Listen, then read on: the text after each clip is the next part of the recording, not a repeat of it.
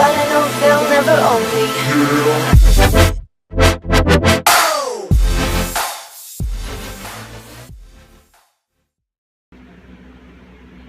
Hi YouTube, how are y'all today? So today I'm coming with another video. The video is going to be on my interview I had today with Sephora. So hopefully it went well. I'm going to go through the different things that she talked about during the interview. I met with two people, the manager and then the specialist. So I'll start with the manager and then I'll go through with the specialist and what she said and things that she went over for the job. So the job I applied for was the head cashier, or the cashier position, and I wanted it to be part-time because I'm in school and I'm still trying to figure out exactly what I'm trying to do. I'm still trying to see where I want to be exactly. So first, my manager interview with the manager at Sephora.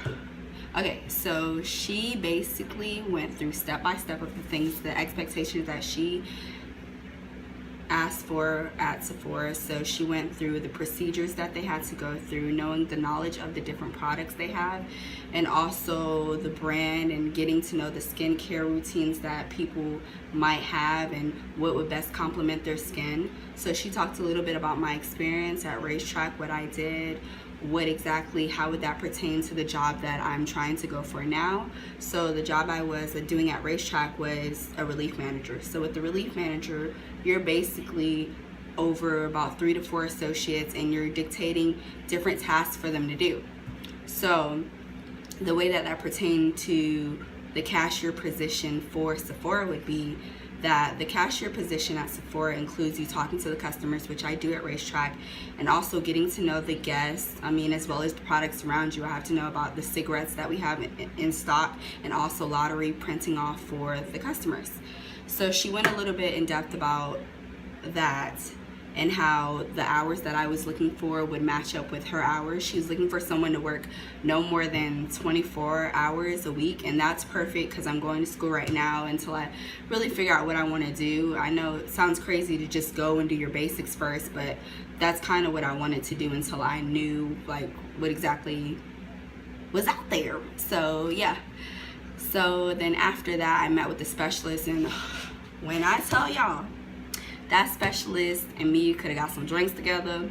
We could have partied together. Like, that specialist was so freaking funny. Like, I enjoyed my whole interview with her. We talked about things that I wanted to do.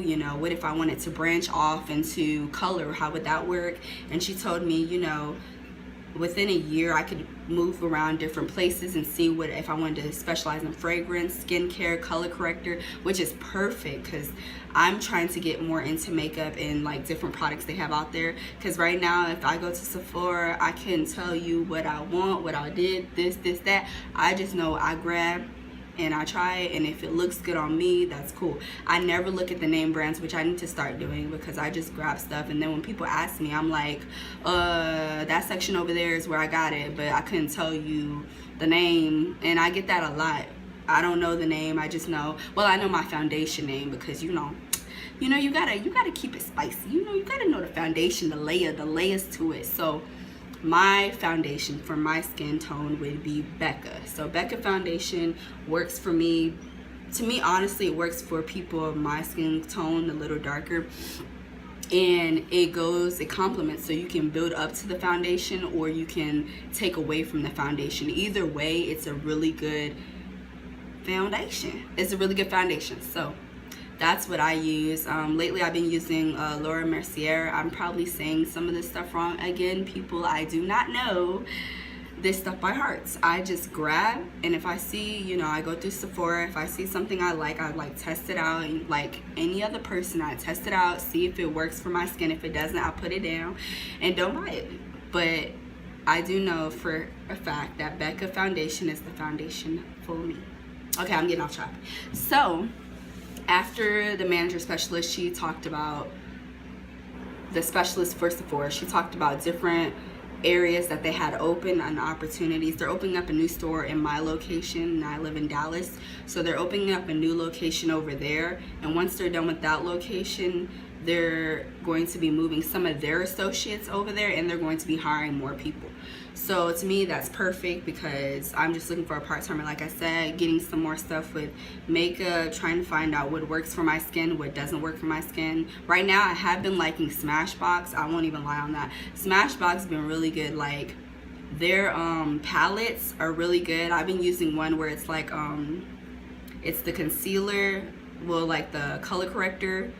It's kind of like banana powder, the yellow one, and then it has the red one, which I'm guessing that I use it for eyeshadow sometimes, and I use it for blush. It's more so for blush, and then of course it has like bronzer for your skin, so you can bronze your skin. So I use those things, and the thing I've been using, my constant things that I've been using for my makeup would be the Laurier Mercier, the finishing powder that's like matte. And I noticed when I went to Sephora, when I tell y'all, that shit was like, it was so, excuse my language, it was so matte. Like, it felt so soft. I put it on my skin, I was like, oh my gosh, when I put this on my face, I'm finna be glowing for the gods. I'm finna be giving it to them whether they like it or not. That's what I thought when I first did it, and I was like, oh, let me go ahead and purchase this. Story time. So, you know, I went to the mall. I know this is off track, who cares, you know, y'all weren't paying attention to that part anyways. So I went to the mall and I bought a whole thing of Sephora stuff. When I tell you I spent $300 on Sephora, I spent $300. So, you know, I'm on the phone and I'm just chatting it up, yada yada yada yada, and then I'm driving halfway home and I realize, where the hell is my Sephora bag? I almost died. I said, hold up. I know I did not leave my Sephora bag outside my car. I was so busy talking so much that I didn't realize I left it right outside. So I try to whip it, turn around. Let me see if it's still back there. Let me see if it's still back there, so I can go ahead and do this new little fresh face and then wash it off looking stupid again. So I went back there. Tell me why they took my damn bag. I'm telling you, they took my bag. I went to Sephora. They said something. I called up there. They're telling me, oh, you can call Sephora and, you know, they'll be more than happy to, you know, see if someone dropped it off. And I'm thinking in my head, ain't nobody dropped off my bag. They stole that shit. They're not gonna give that back. Would you give back a Sephora bag filled with $300 worth of stuff? No. You know, most people would sit there and use it for themselves, and if it ain't work for them, they'll try to sell it. And so I'm just sitting there like, oh Lord. I'll tell you, I was mad for about a good 2 days. So that was $300. I might as well throw it around in the strip club. It was gone.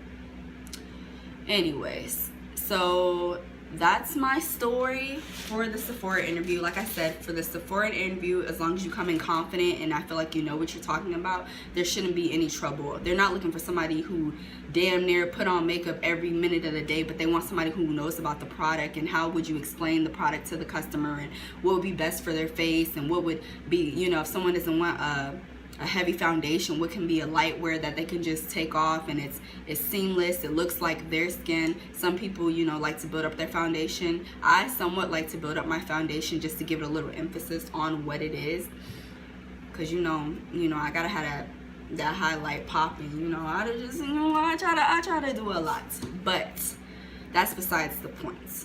Come in, be confident, know what you're talking about, know the product, and you should be fine. There shouldn't be a problem, I feel like. Of course, there's going to be other people, but then when they ask, why should we hire you? You say, why should you not hire me? Look at me. I mean, look. Okay, don't say that. But you know in your head that you're the shit, so you could just keep it back there and just be like, you know, I'm the shit, so I can say that. Anyways, thanks for watching, YouTube, and I will catch y'all in the next video.